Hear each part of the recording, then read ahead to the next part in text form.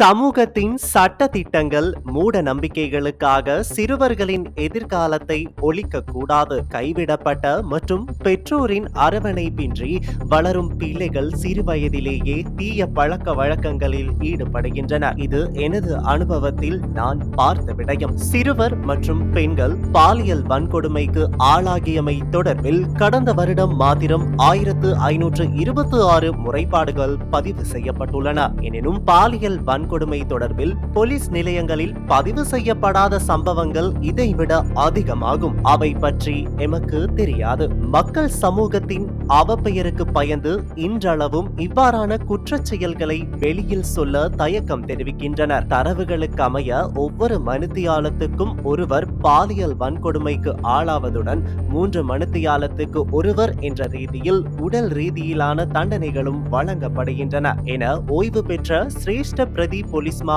அதிபர் பிரியாந்த ஜெயக்கொடி வெளிப்படுத்தியுள்ள பல முக்கிய தகவல்களை அறிந்து கொள்ள இன்றைய நாளுக்கான வீரகேசரி நாளிதழின் மின் இதழை வாசிப்பதுடன் மேலதிகமாக இணைக்கப்பட்ட பக்கங்களில் வெளிவந்துள்ள முக்கிய பல செய்திகளை mypaper.lk-ஐ சப்ஸ்கிரைப் செய்வதன் மூலம் படிக்க முடியும். இது உங்கள் வீரகேசரி, எங்கேயும் எப்பொழுதும்.